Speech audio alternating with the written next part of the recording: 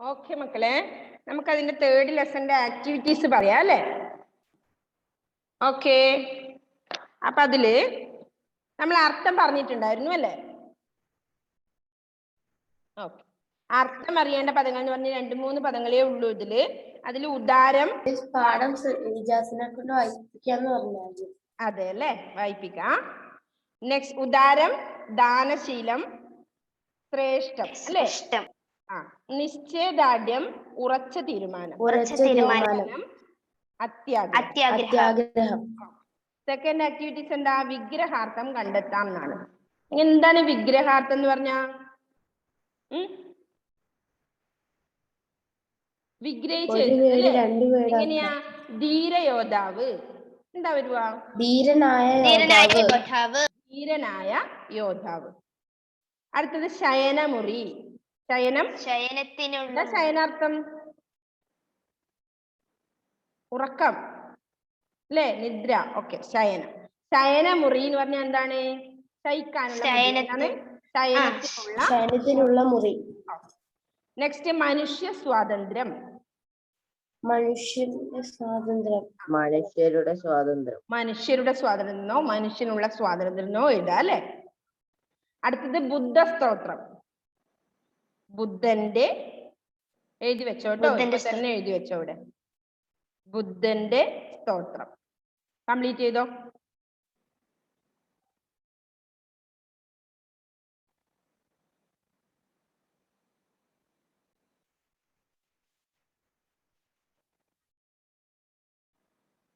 ബുദ്ധന്റെ സ്തോത്രം.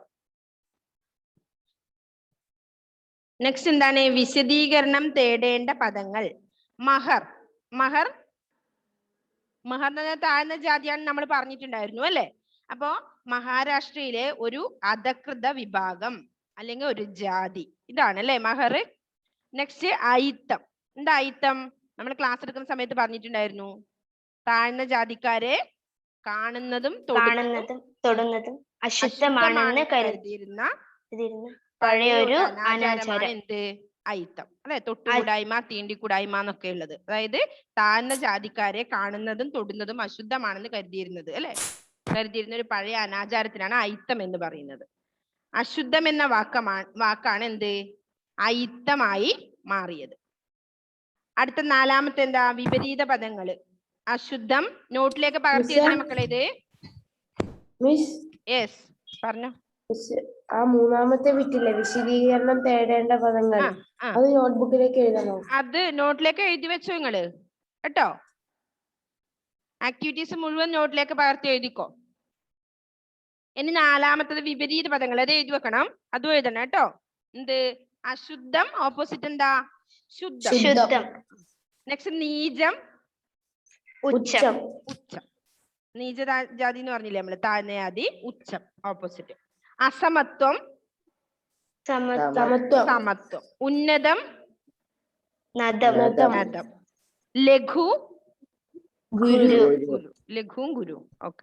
അടുത്ത അഞ്ചാമത്തത് വാക്യത്ത് പ്രയോഗിക്കാം. വിശാല ഹൃദയൻ. എന്താ നിങ്ങൾ വാക്യത്ത് പ്രയോഗിക്കുക ഇപ്പം? വിശാല ഹൃദയം എന്നുള്ളത്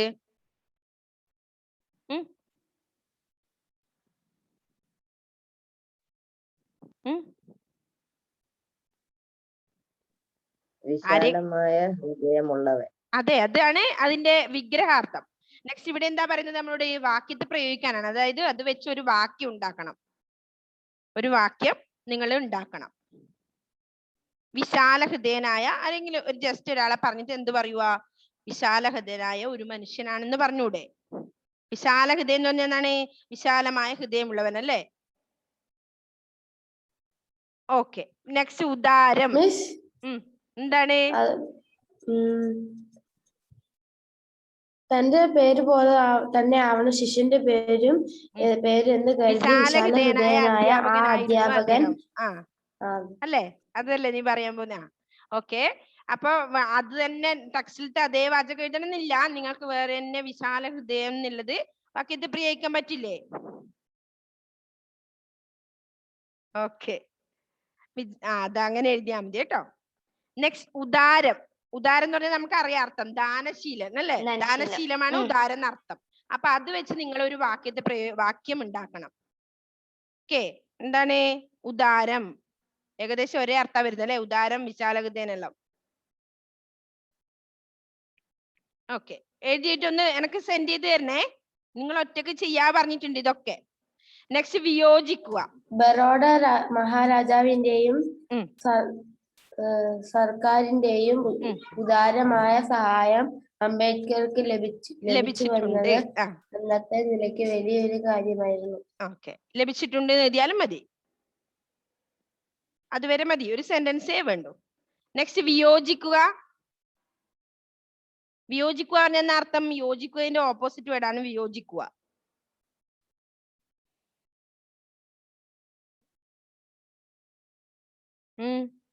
ഗാന്ധിജിയെ പോലും അദ്ദേഹം വിയോജിച്ച് നിന്നിട്ടുണ്ട്, നമ്മൾ ഇതിൽ പഠിച്ചിട്ടുണ്ട്. അദ്ദേഹത്തിന് ചില കാര്യങ്ങളിൽ വിയോജിക്കേണ്ടി ഡോക്ടർ അംബേദ്കർക്ക് ഗാന്ധിജിയെ പോലും ചില സമയങ്ങളിൽ വിയോജിക്കേണ്ടി വന്നു, നമ്മൾ പഠിച്ചിട്ടുണ്ടായിരുന്നു. നെക്സ്റ്റ്, നിശ്ചയദാർഢ്യം. നിശ്ചയദാർഢ്യം എന്ന് പറഞ്ഞാൽ ഉറച്ച തീരുമാനം എന്നാണ് അർത്ഥം. ഒരേ കാര്യത്തിൽ നമ്മൾ ഉറച്ചു നിൽക്കുന്നതിന്. ലാസ്റ്റ് പാരഗ്രാഫിൽ അതാണ് പറയുന്നത്, എന്താണ് നമ്മൾ ഈ പാഠത്തിൽ നിന്ന് പഠിച്ചത് എന്നുള്ളത്. എന്താ അല്ലേ? അവിടെ ഉണ്ടല്ലോ നിശ്ചയദാർഢ്യം. നിശ്ചയദാർഢ്യവും നമ്മൾ പറയുന്നുണ്ട് ലാസ്റ്റ് വരിയില്. അപ്പൊ അത് വെച്ച് നിങ്ങൾ ഒരു വാക്യത്തിൽ പ്രയോഗിച്ചാൽ മതി കേട്ടോ.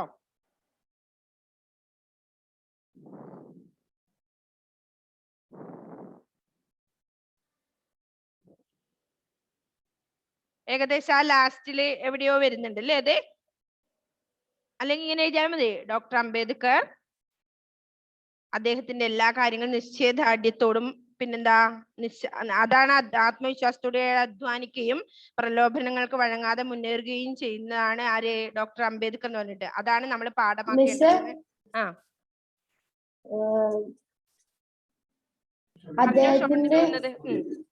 അദ്ദേഹത്തിന്റെ നിശ്ചയദാർഢ്യത്തെ കുറിച്ച് മറ്റൊന്നും പറയേണ്ടതില്ലല്ലോ.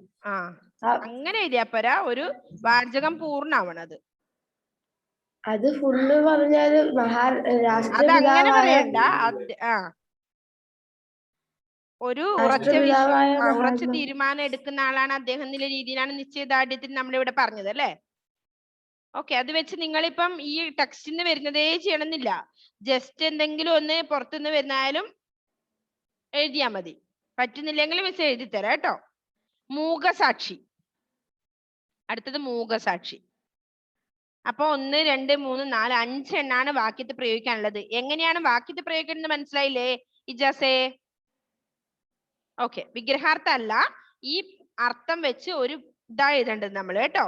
അതാണ് വാക്യത്തിൽ പ്രയോഗിക്കുക പറഞ്ഞ. അടുത്തത് 6-മത്തത്, ബ്രാക്കറ്റിൽ നിന്നും ശരിയായ അക്ഷരം ചേർത്ത് പൂരിപ്പിക്കുക. ഏതാണ്? ജാഗരൂകം ഫസ്റ്റ് ആണോ സെക്കൻഡ് ആണോ? യെസ്, ഫസ്റ്റ് ജാഗരൂകം കേട്ടോ. അതിന് ടിക്കറ്റ് വെച്ചോ. അടുത്തത് ബിരുദം. ഏതാണ് വേണ്ടേ? ബിരുദധാരി. 2-മത്തത് ബിരുദധാരിയാണ് മറ്റേത്. മനസ്സിലായോ? ബിരുദന്ന് ആദ്യത്തെ 2-മത്തെ ദായാണ് വേണ്ടത്. അതായത് ദീപാന്ന് എഴുതുന്ന ദ. അപ്പൊ ബിരുദധാരി എന്ന് എഴുതുമ്പോ മറ്റേ ധായ വരുക, ധാരി എന്ന് എഴുതണം. ഇനി പശ്ചാത്തലം.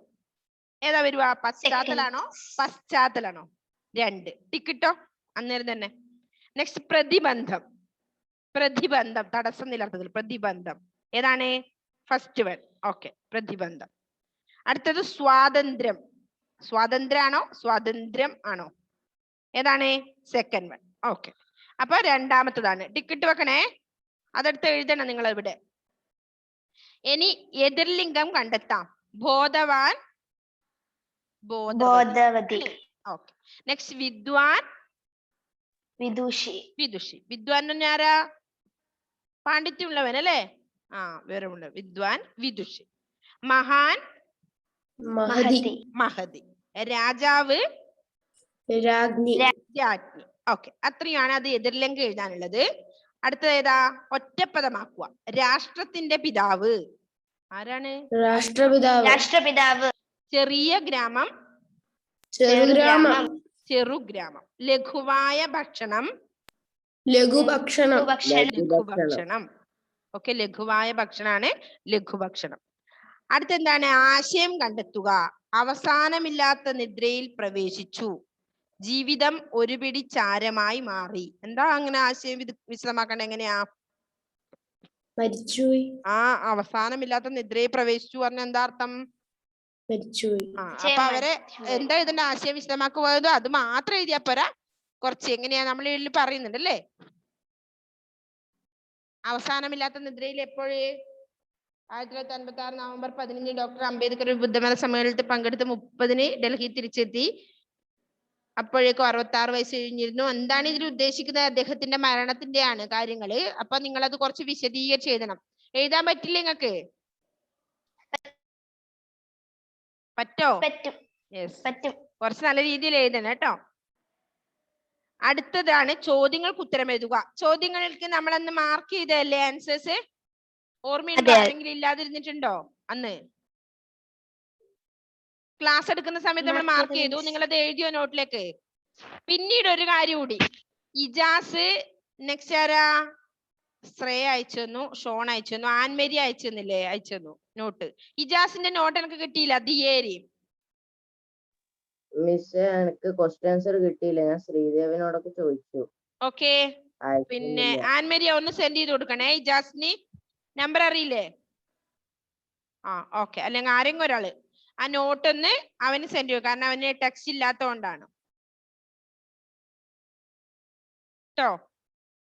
ഓക്കെ, പിന്നെ അനുബന്ധ പ്രവർത്തനം പറയുന്നുണ്ട്. എന്ത്? താഴെ കണ്ടോ, താഴ്ന്ന നിലയിൽ നിന്ന് മഹത്വത്തിലേക്ക് ഉയർന്ന ഏതെങ്കിലും ഒരാളുടെ ജീവിതത്തെ കുറിച്ച് ഒരു ഉപന്യാസം എഴുതുക. താഴ്ന്ന നിലയിൽ നിന്ന് തന്നെയാണ് മഹത്വത്തിലേക്ക് ഒരുപാട് പേര് മഹാന്മാര് വന്നിട്ടുള്ളത് അല്ലേ? കെ ആർ നാരായണനോ ആരെങ്കിലും? ഏത് സെക്കൻഡ് ലെസന്റെ ആണോ അയച്ചു കൊടുക്കേണ്ടത്? ഇജാസ് ഫസ്റ്റിന്റെ ക്വസ്റ്റ്യൻ ആൻസർ എഴുതിയില്ലേ മോനെ? Yes, second ലെസന്റെ. ഓക്കെ, അപ്പൊ നിങ്ങൾ എഴുതണം എന്ത്? താഴ്ന്ന നിലയിൽ നിന്ന് മഹത്വത്തിലേക്ക് ഉയർന്ന ഏതെങ്കിലും ഒരാളുടെ ജീവിതത്തെ കുറിച്ച് ഒരു ഉപന്യാസം തയ്യാറാക്കുക. ഉപന്യാസം എന്ന് പറഞ്ഞാൽ എസ്സേ തയ്യാറാക്കുക. മിസ് എസ്സേ എഴുതി ഏതെങ്കിലും പേപ്പറിൽ എഴുതിയാ പോരെ? പേപ്പറിൽ എഴുതിയാൽ മതി. എഴുതണേ എല്ലാവരും. ഓക്കെ, ആരെല്ലാം ഉണ്ട് നമ്മുടെ ഇതില് താഴ്ന്ന? എല്ലാ മഹാന്മാരും അങ്ങനെയാണ്, താഴ്ന്ന നിലയിൽ നിന്നാണ് ഉയരത്തിലേക്ക് എത്തിയത് അല്ലെ? നെക്സ്റ്റ് എന്താ പറയുന്നത്? രണ്ടാമത്തെ, രാജാറാം മോഹൻ റോയി, ദയാനന്ദ സരസ്വതി, സ്വാമി വിവേകാനന്ദൻ, ശ്രീനാരായണ ഗുരു തുടങ്ങിയ സാമൂഹ്യ പരിഷ്കർത്താക്കളുടെ ജീവിത രീതികൾ വായിക്കുക. ഓക്കെ, രാജാറാം മോഹൻ റോയി ആരാ? സതി നിർത്തലാക്കിയ ആളാണ് അല്ലേ? എന്താ ഈ സതി? ഭർത്താവ് മരിച്ച ഭർത്താവ് മരിച്ചു കഴിഞ്ഞാ ഭർത്താവിന്റെ ചിതയിൽ തന്നെ ഭാര്യ കൂടി ചാടി ആത്മഹത്യ ചെയ്യണം അല്ലെ? അതാണ് ആ ദുരാചാരമാണ് ഇത് സതി. അപ്പോ അതാണ് രാജാറാം മോഹൻ റോയി, ദയാനന്ദ സരസ്വതി, സ്വാമി വിവേകാനന്ദനെ എനിക്കറിയാം, ശ്രീനാരായണ ഗുരു തുടങ്ങിയ. ശ്രീനാരായണ ഗുരുവിന് നമ്മൾ കഴിഞ്ഞ ക്ലാസ് പഠിച്ചിട്ടുണ്ട്, ഓർമ്മയുണ്ടോ? 7th സ്റ്റാൻഡേർഡിൽ പഠിച്ചിട്ടുണ്ട് ശ്രീനാരായണ ഗുരുവിന്റെ ഒരു പാഠം. ഓക്കെ, അപ്പൊ തുടങ്ങിയ സാമൂഹ്യ പരിഷ്കർത്താക്കളുടെ ജീവിത രീതികൾ വായിക്കുക. വായിക്കണേ. ഓക്കെ, ഇനി 4ാമത്തെ പാഠാണ് നമുക്കിന്ന്. അതിന് മുമ്പിൽ ഇജാസിനെ വായിക്കാനുണ്ട് അല്ലേ? ഇജാസെ, ഷോണിന്റെ ആഗ്രഹമാണ് അത്, ഇജാസും കൂടെ വായിക്കണം. ഓക്കെ, ഇജാസ് ഒന്ന് വായിച്ചോ ഇജാസെ ആ പാഠഭാഗം. പാഠം 3. ഡോക്ടർ അംബേദ്കർ. മഹർ എന്ന ജാതിയിൽപ്പെട്ട രാംജിയുടെ 14ാമത്തെ കുട്ടിയായിട്ടാണ് 1891 ഏപ്രിൽ മാസം 14-ാം തീയതി ഭീംറാവു ജനിച്ചത്. ബോംബെ സംസ്ഥാനത്തിൽ രത്നഗിരി ജില്ലയിൽ അമ്പവാഡ് എന്ന ചെറിയ ഗ്രാമമാണ് ആ മഹത്സംഭവത്തിന് സാക്ഷ്യം വഹിച്ചത്. ഗ്രാമത്തിന്റെ പേരിനോട് ബന്ധപ്പെടുത്തി അമ്പവാദേക്കർ എന്നാണ് അദ്ദേഹം വിളിക്കപ്പെട്ടിരുന്നത്. എന്നാൽ സ്കൂൾ രജിസ്റ്ററിൽ പേര് ചേർത്തപ്പോൾ അത് അംബേദ്കർ ആയി. ഒരിക്കൽ സഹോദരൻ ഒന്നിച്ച് ഭീം അച്ഛനെ കാണുവാൻ പോവുകയായിരുന്നു. ഒരു കാളവണ്ടിയിലായിരുന്നു അവയുടെ യാത്ര. വണ്ടിക്കാരൻ ഉയർന്ന ജാതിക്കാരനായിരുന്നു. എന്നാൽ വണ്ടിക്കകത്ത് കയറിക്കൂടിയിട്ടുള്ളവർ മഹർ എന്ന അയ്യത്ത ജാതിയിൽപ്പെട്ടവനാണ് എന്ന് അയാൾക്ക് അറിയില്ലായിരുന്നു. കുറെ ദൂരം പോയ ശേഷമാണ് സംഗതി മനസ്സിലായത്. ഉടൻ വണ്ടിക്കാരൻ കഠിനമായി അവരോട് കയർത്തു.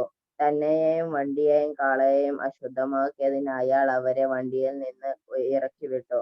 പക്ഷേ ഇരട്ടിക്കൂലി കൊടുക്കാമെന്ന് പറഞ്ഞപ്പോൾ അയാൾ വീണ്ടും അവരെ കൊണ്ടുപോകാൻ തയ്യാറായി. ഒരു കാലത്ത് നീചജാതിയിൽപ്പെട്ടവർ ഉയർന്ന ജാതിക്കാർ എങ്ങനെ കരുതിയിരുന്നു എന്നറിയാൻ ഈ സംഭവം മതിയാകും. ഇപ്രകാരം വളരെ അപമാനങ്ങളും യാതനകളും അനുഭവിച്ചു കൊണ്ടാണ് ഭാരതത്തിലെ ജനസംഖ്യയുടെ 1/5 ഭാഗം അന്ന് ജീവിതം നയിച്ചിരുന്നത് എന്ന കാര്യം ഒന്ന് ചിന്തിച്ചു നോക്കൂ. മേൽജാതിക്കാരിൽ എല്ലാവരും നമ്മുടെ വണ്ടിക്കാരനെ പോലെ നീചനല്ലായിരുന്നു. ചിലർ അയിത്തത്തിന്റെ അർത്ഥശൂന്യതയെക്കുറിച്ച് തികച്ചും ബോധവാന്മാരായിരുന്നു. ഭീം ആദ്യം ചേർന്നു പഠിച്ച വിദ്യാലയത്തിലെ ഒരു അധ്യാപകൻ അതിന് ദൃഷ്ടാന്തമാണ്. അദ്ദേഹത്തിന്റെ പേര് അംബേദ്കർ എന്നായിരുന്നു. തന്റെ പേര് പോലെയാവണം ശിഷ്യന്റെയും പേര് എന്ന് കരുതി വിശാല ഹൃദയനായ ആ അധ്യാപകൻ ഭീമിനെ അംബേദ്കർ എന്ന് വിളിച്ചു. ആ പേരാണ് രജിസ്റ്ററിൽ പതിഞ്ഞത്. അങ്ങനെ ഭീം അംബേദ്കറായി. അംബേദ്കറുടെ വിദ്യാഭ്യാസം ശോഭനമായിട്ടാണ് മുന്നേറിയത്. വിജ്ഞാന സമ്പാദനത്തിൽ ജാഗരൂകനായിരുന്നു അദ്ദേഹം.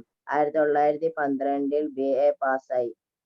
ബറോഡ മഹാരാജാവിന്റെയും സർക്കാരിന്റെയും ഉദാരമായ സഹായം അംബേദ്കർക്കു ലഭിച്ചു എന്നത് അന്നത്തെ നിലക്ക് വലിയ ഒരു കാര്യമായിരുന്നു.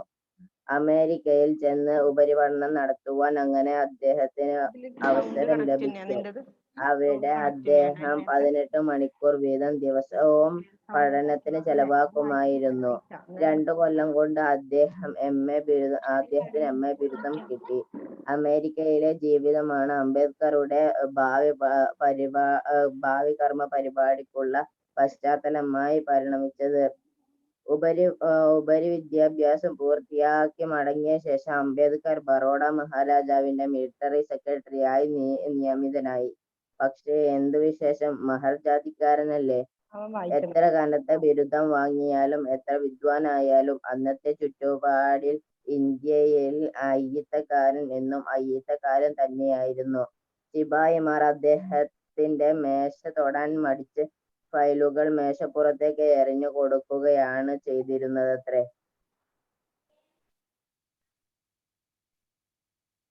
ഭാരതത്തിലെ കൊടിയ അസമത്വത്തിനെതിരെ തന്റെ സമുദായത്തെ അണിനിരത്താൻ അദ്ദേഹം പരിശ്രമിച്ചു. അവരെ ആത്മാഭിമാനമുള്ളവരാക്കി ഉയർത്തി അവരുടെ അവകാശങ്ങൾ നേടിയെടുക്കുന്നതിനായി അംബേദ്കർ വിട്ടുവീഴ്ചയില്ലാതെ പ്രവർത്തിക്കുവാൻ ഉറച്ചു. നിരവധി പ്രതിബന്ധങ്ങൾ അദ്ദേഹത്തെ ക്ലേശിപ്പിച്ചു. പക്ഷെ അചഞ്ചലനായി ലക്ഷ്യബോധത്തോടെ മരണം വരെ അദ്ദേഹം മുന്നോട്ടു നീങ്ങി. അക്കാര്യത്തിൽ വളരെയധികം വിജയിക്കുകയും ചെയ്തു. അതൊരു നീണ്ട ചരിത്രമാണ്. രാഷ്ട്രപിതാവായ മഹാത്മാഗാന്ധിയോട് പോലും അദ്ദേഹത്തിന് ചില കാര്യങ്ങളിൽ വിയോജിക്കേണ്ടി വന്നു എന്നു പറഞ്ഞാൽ അദ്ദേഹത്തിന്റെ നിശ്ചയദാർഢ്യത്തെക്കുറിച്ച് മറ്റൊന്നും പറയേണ്ടതില്ലല്ലോ. ഇന്ത്യൻ ഭരണകൂട പ്രധാന ശില്പിയും ഇന്ത്യ ഗവൺമെന്റിലെ ഒരംഗവും ഇന്ത്യയിലെ ഒരു പ്രധാന പൗരനും ഉന്നതനായ സമുദായ പരിഷ്കർത്താവും മനുഷ്യ സ്വാതന്ത്ര്യത്തിനു വേണ്ടി പൊരുതിയ ഒരു ധീരയോദ്ധാവും എന്ന് അംബേദ്കറെ വിശേഷിപ്പിച്ചുകൊണ്ട് അദ്ദേഹത്തിന് 1952 ജൂൺ 5-ാം തീയതി കൊളംബിയ സർവകലാശാല ഡോക്ടർ ബിരുദം നൽകി. 1956 നവംബർ 15 ഡോക്ടർ അംബേദ്കർ ഒരു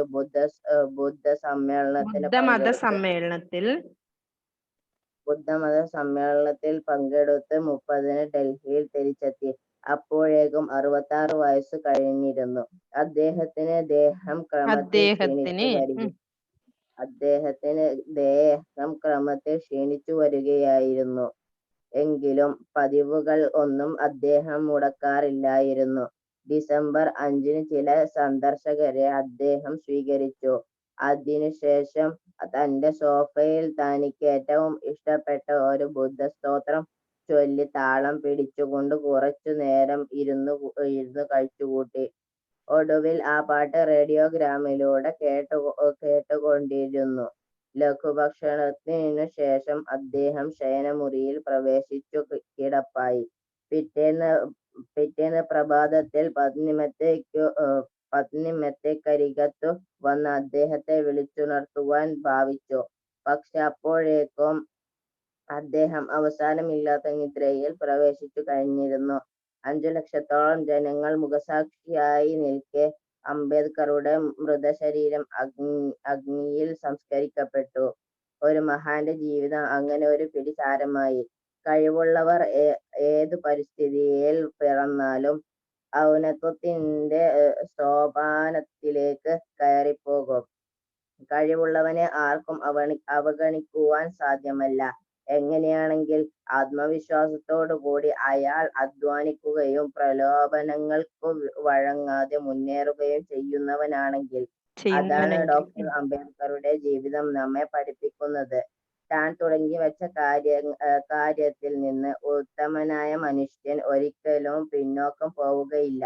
ലക്ഷ്യം നേടിയെടുക്കുന്നതുവരെ അവൻ തന്റെ കർമ്മ പരിപാടി ഉപേക്ഷിക്കുകയുമില്ല.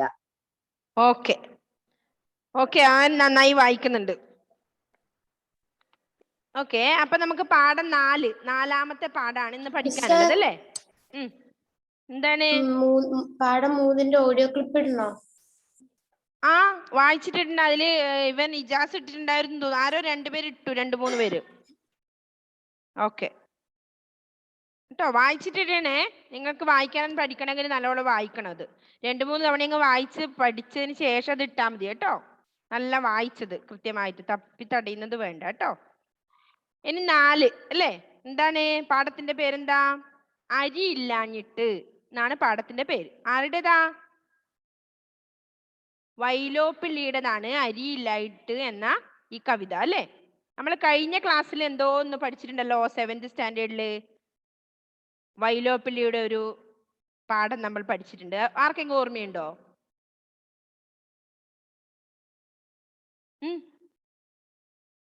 ഇല്ലേ ആൻമരിയ, ഷോൺ? കഴിഞ്ഞ വർഷത്തെ ഓർമ്മിക്കാൻ ഈ വർഷത്തെ ഇപ്പൊ ചോദിച്ചാ ഫസ്റ്റ് പാഠത്തിന്റെ പേരെന്താന്ന് അറിയില്ല അല്ലേ? വൈലോപ്പിള്ളിയുടെ കാക്ക എന്ന കവിത നമ്മൾ പഠിച്ചിട്ടുണ്ട്. പിന്നെ ഏതെങ്കിലും പ്രധാനപ്പെട്ട കവിതകൾ നിങ്ങൾക്ക് അറിയോ പേര്?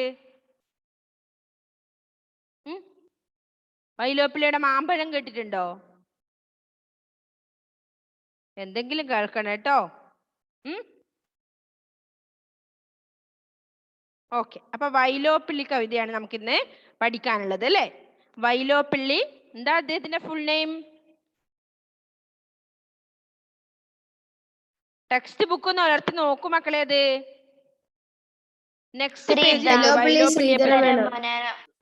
വൈലോപ്പിള്ളി ശ്രീധര മേനോൻ. ജനനം എഴുതിയിട്ടുണ്ട്. എപ്പോ? 1911 മെയ് 11. ഓക്കെ, 1911 മെയ് 11 അദ്ദേഹത്തിന്റെ ജനനം. അതെന്നെ കൂട്ടി നോക്കിയതല്ലേ? 11/5/1911. അപ്പൊ എപ്പ വരുവാ? മെയ് മാസം ഏതാണെന്നല്ലേ? ഓക്കെ, 5 എന്ന് പറഞ്ഞാൽ മെയ് മാസം തന്നെ.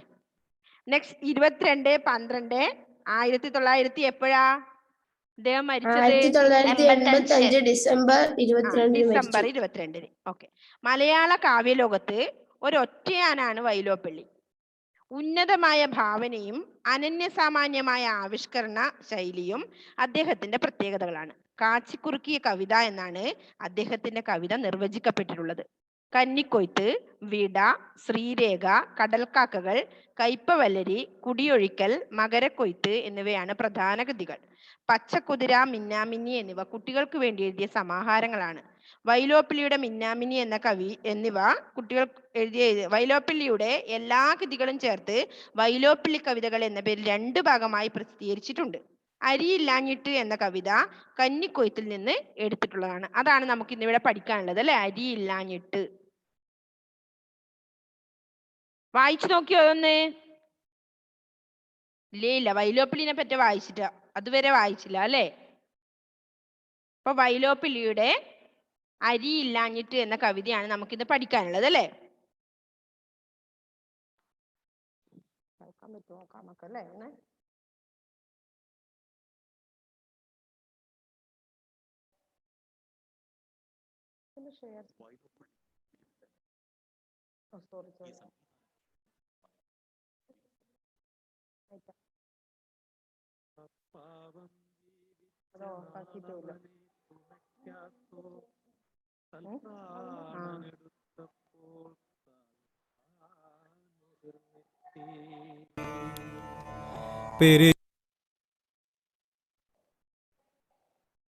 ഇല്ലാഞ്ഞിട്ട് വൈലോപ്പള്ളി ശ്രീധരൻ മേനോൻ.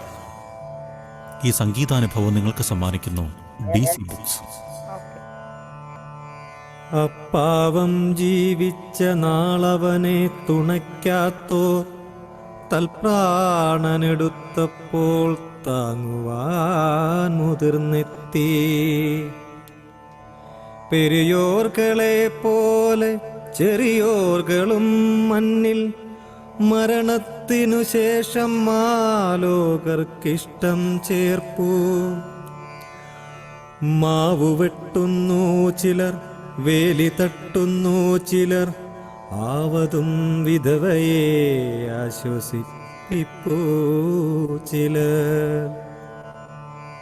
വിശ്രുതമയൽ പ്രഭുഗേഹത്തിൻ കാരുണ്യത്താൽ കച്ച വാങ്ങാനുള്ള കാശുമങ്ങെത്തിച്ചേർന്നു. മുറുക്കാൻ പൊതി നീക്കി മൂത്തൊരു കരക്കാരൻ തിരക്കായകത്തെത്തി പെണ്ണിനോടേവം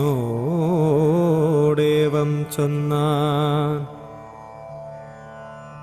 കണക്കായെല്ലാം ഞങ്ങളിറക്കി നിലത്തെന്നാൽ ഉണക്കലരി വേണമിത്തിരി ചുറ്റും തൂവാൻ.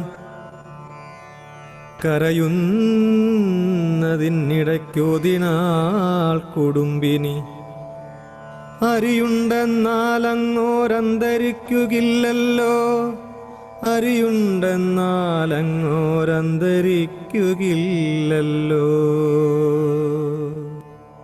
അരിയില്ലാഞ്ഞിട്ട് വൈലോപ്പള്ളി ശ്രീധരൻ മേനോൻ. ഈ സംഗീതാനുഭവം നിങ്ങൾക്ക് സമ്മാനിക്കുന്നു DC ബുക്സ്. ഓക്കെ, അത് കംപ്ലീറ്റ് Grammarly ആയിട്ടല്ലേ can മക്കളെ? help you write quickly and confidently, so you കുറച്ച് never വരികളെ അതിലുള്ളൂ അല്ലേ? നിങ്ങൾക്ക് എന്തെങ്കിലും മനസ്സിലായോ പാട്ട്?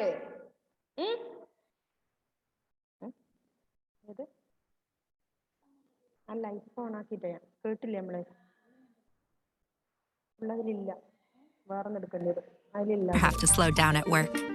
Stay on top of emails, documents, and അതിലില്ല, അത് ഫുള്ള്. ഓക്കെ മക്കളെ, അപ്പൊ കുറച്ച് വരികളെ നമ്മൾ കേട്ടിട്ടുള്ളൂ അല്ലേ? അത് അരിയില്ലാഞ്ഞിട്ട് എന്നാണ് കവിതയുടെ പേര് പറഞ്ഞത്. എന്താണ് നിങ്ങൾക്ക് മനസ്സിലായെന്ന്?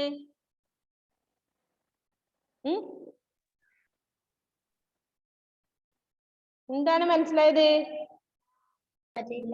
അവിടുത്തെ ഗൃഹനാഥൻ മരിച്ചുപോയി അല്ലേ?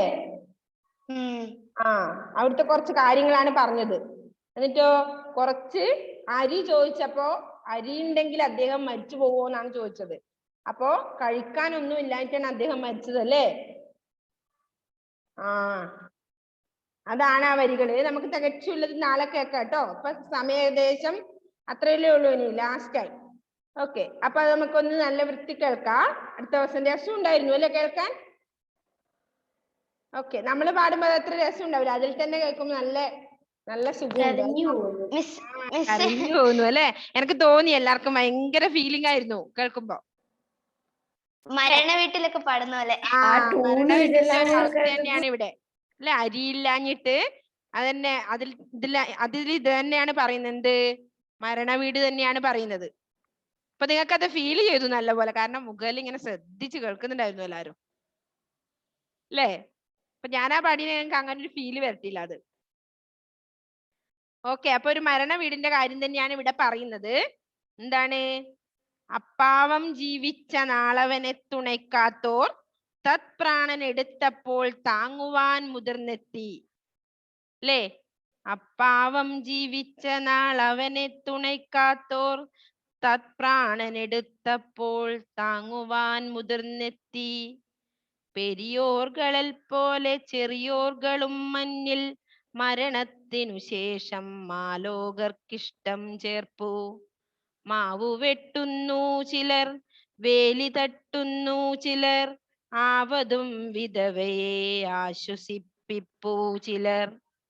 വിശ്രുതമയൽ പ്രഭു ഗേഹത്തിൻ കാരുണ്യത്താൽ കച്ച വാങ്ങുവാനുള്ള കാശുമങ്ങെത്തിച്ചേർന്നു. കുറച്ചു വരികളെ നമ്മൾ അവിടെ കേട്ടിട്ടുള്ളൂ. മുറുക്കാൻ പൊതി നീക്കി മൂത്തൊരു കരക്കാരൻ തിരക്കായകത്തെത്തി പെണ്ണിനോടേവം ചൊന്നാൻ. കണക്കായെല്ലാം ഞങ്ങൾ ഇറക്കി നിലത്തെന്നാൽ ഉണക്കലരി വേണം ഇത്തിരി ചുറ്റും തൂവാൻ. ഇതിലുള്ള വരികളൊക്കെ നമ്മൾ കേട്ടു അല്ലെ. കരയുന്നതിനിടെ കോതിനാൾ കുടുംബിനി അരിയുണ്ടെന്നാൽ അങ്ങോരന്തരിക്കുകയില്ലല്ലോ. എന്താ ലാസ്റ്റ് ലൈനിൽ പറഞ്ഞത്? അരിയുണ്ടെങ്കിൽ അങ്ങോരന്തരിക്കില്ല, മരിക്കുകയില്ല എന്നാണ് പറഞ്ഞല്ലേ. അപ്പോ ഇത്തിരി ഉണക്കലരി ചുറ്റും തൂവാൻ തരുമോന്ന് ചോദിച്ചപ്പോ അവിടെ 1 മണി അരി പോലും ആ വീട്ടിലില്ല അല്ലെ. അരി ഉണ്ടെങ്കിൽ അങ്ങോരന്തരിക്കുമോ എന്നാ ചോദിച്ചത്, മരിക്കുമോ? അപ്പോ ഭക്ഷണം കഴിക്കാനില്ലായിട്ടാണ് അദ്ദേഹം മരിച്ചു പോയതല്ലേ അവിടുത്തെ ഗൃഹനാഥൻ. അതാണ് അവിടെ മനസ്സിലായത്. അപ്പോ മരിച്ച വീട്ടിലേക്ക് എന്ത് ചെയ്തു? അതാണ് ആദ്യത്തെ എന്താ പറയുന്നത് അവിടെ? അപ്പാവം ജീവിച്ച നാൾ അവനെ തുണയ്ക്കാത്തോർ. തുണയ്ക്കുക, സഹായിക്കുക. ആ പാവം ഈ മരിച്ച ഇദ്ദേഹം ജീവിക്കുന്ന സമയത്ത് അദ്ദേഹത്തിനെ സഹായിക്കാത്തവർ മരിക്കുമ്പോ എല്ലാരും ഓടിപ്പോവും അല്ലേ. നമ്മൾ കാണാറുണ്ടല്ലോ അല്ലെ. ഭയങ്കര ശത്രുക്കളായിരിക്കും, എന്നാലും മരിച്ചു കഴിഞ്ഞാൽ എന്ത് ചെയ്യും? നമ്മള് ഓടിപ്പോവും അല്ലെ. പക്ഷെ എന്താ ചെയ്യേണ്ടത്? നമ്മള് മരിച്ചു കഴിഞ്ഞിട്ടാണോ അദ്ദേഹത്തിനെ ഹെൽപ്പ് ചെയ്യാൻ പോകേണ്ടത്? മരിക്കുന്നതിന് മുമ്പേ പോയി അദ്ദേഹം മരിക്കട്ടിയായിരുന്നില്ല അല്ലെ. അതാ പറഞ്ഞ അപ്പാവം ജീവിച്ച നാൾ അവനെ തുണയ്ക്കുക, സഹായിക്കുക. സഹായിക്കാത്തോർ എന്ത് ചെയ്തു? തത്പ്രാണൻ എടുത്തപ്പോൾ താങ്ങുവാൻ മുതിർന്നെത്തി. തത്പ്രാണൻ, അദ്ദേഹത്തിന്റെ പ്രാണൻ, ജീവൻ അല്ലേ, ജീവൻ എടുത്തപ്പോൾ അവിടെ താങ്ങുവാൻ മുതിർന്നെത്തി. അദ്ദേഹത്തിന്റെ സഹായത്തിനായിട്ട് അപ്പോഴവർ ഓടിയെത്തി. എപ്പോ? മരിച്ചു കഴിഞ്ഞതിന് ശേഷം അല്ലെ. അതുവരെ ഇല്ലാതിരുന്ന എല്ലാ ബന്ധുക്കളും അപ്പോഴേ ഓടിയെത്തി അല്ലെ. അത് നമ്മൾ അങ്ങനെയാണ് അല്ലെ. മരിക്കുമ്പോഴേക്ക് എല്ലാരും ബഹളായിരിക്കും, കാണാൻ ക്യൂ ആയിരിക്കും അല്ലെ. തിരക്ക് ബഹളായിരിക്കും. ഇനി കൊറോണയല്ല, എന്തുണ്ടെങ്കിലും മരിക്കുമ്പോ നമ്മൾ പോവും. ഓ മരിച്ചു കഴിഞ്ഞപ്പോ ഒരു നോക്ക് കാണട്ടെ എന്ന് പറഞ്ഞു പോവും. പക്ഷെ അവർക്ക് ജീവിച്ച സമയത്ത് ഒരാവശ്യത്തിന് പോലും ഈ പറയുന്ന ആരും ഉണ്ടായിരുന്നില്ല അല്ലെ. അതാണ് പറഞ്ഞ അപ്പാവം ജീവിച്ച നാൾ അവനെ തുണയ്ക്കാത്തോ തത്പ്രാണൻ എടുത്തപ്പോൾ താങ്ങുവാൻ മുതിർന്നെത്തി അല്ലേ. അതാണ് ആ 4 വരിയിൽ എന്താ പറഞ്ഞത്? ആദ്യം തന്നെ പറഞ്ഞത് ആ പാവം ജീവിച്ച നാൾ. ഒന്നും പ്രത്യേകിച്ച് പറയാനില്ല. ആ പാവം ജീവിച്ച നാൾ അവനെ തുണയ്ക്കാത്തവർ, സഹായിക്കാത്തവർ തത്പ്രാണൻ എടുത്തപ്പോൾ താങ്ങുവാൻ മുതിർന്നെത്തി അല്ലെ. മരിച്ചപ്പോൾ അദ്ദേഹത്തിന്റെ വീട്ടിലേക്ക് ഓടിയെത്തി. അതാണ് ആ 4 ലൈൻസിൽ പറയുന്നത്. നെക്സ്റ്റ് എന്താ പറയുന്നത്? പെരിയോർകളെ പോലെ ചെറിയോർകളും മഞ്ഞിൽ. പെരിയോരുകൾ അതാരാ? വലിയവരല്ലേ. പെരിയോർകൾ വലിയ അറിയപ്പെടുന്നവര്. അവരെ പോലെ തന്നെ ചെറിയോർകളും സാധാരണക്കാരും മഞ്ഞിൽ. എവിടെയാ മഞ്ഞിൽ? ഈ ലോകത്തിലെ. എങ്ങനെയാ? മരണത്തിന് ശേഷം മാലോകർക്ക് ഇഷ്ടം ചേർപ്പു. മരിക്കുമ്പോഴാണ് മാലോകർ, ഈ നമ്മുടെ ആൾക്കാർക്കൊക്കെ എന്ത് ചെയ്യുന്നത്? ഇഷ്ടം ഉണ്ടാകുന്നത്. അപ്പൊ മരിക്കുമ്പോഴാണ് അവിടത്തേക്ക് എല്ലാവരും കാണാൻ പോവുക അല്ലെ. അവർക്ക് ജീവിച്ചിരിക്കുന്ന സമയത്ത് ഒരു സഹായത്തിന് ആരും തന്നെ എത്തുന്നില്ല അല്ലെ. അതാണ് പറഞ്ഞത്. പെരിയോർകളെ പോലെ ചെറിയോർകളും മഞ്ഞിൽ മരണത്തിനു ശേഷം മാലോകർക്കിഷ്ടം ചേർപ്പു അല്ലെ. ആ 4 ലൈൻസിൽ അതാണ് പറയുന്നത്. പിന്നെന്താ പറയുന്നത്?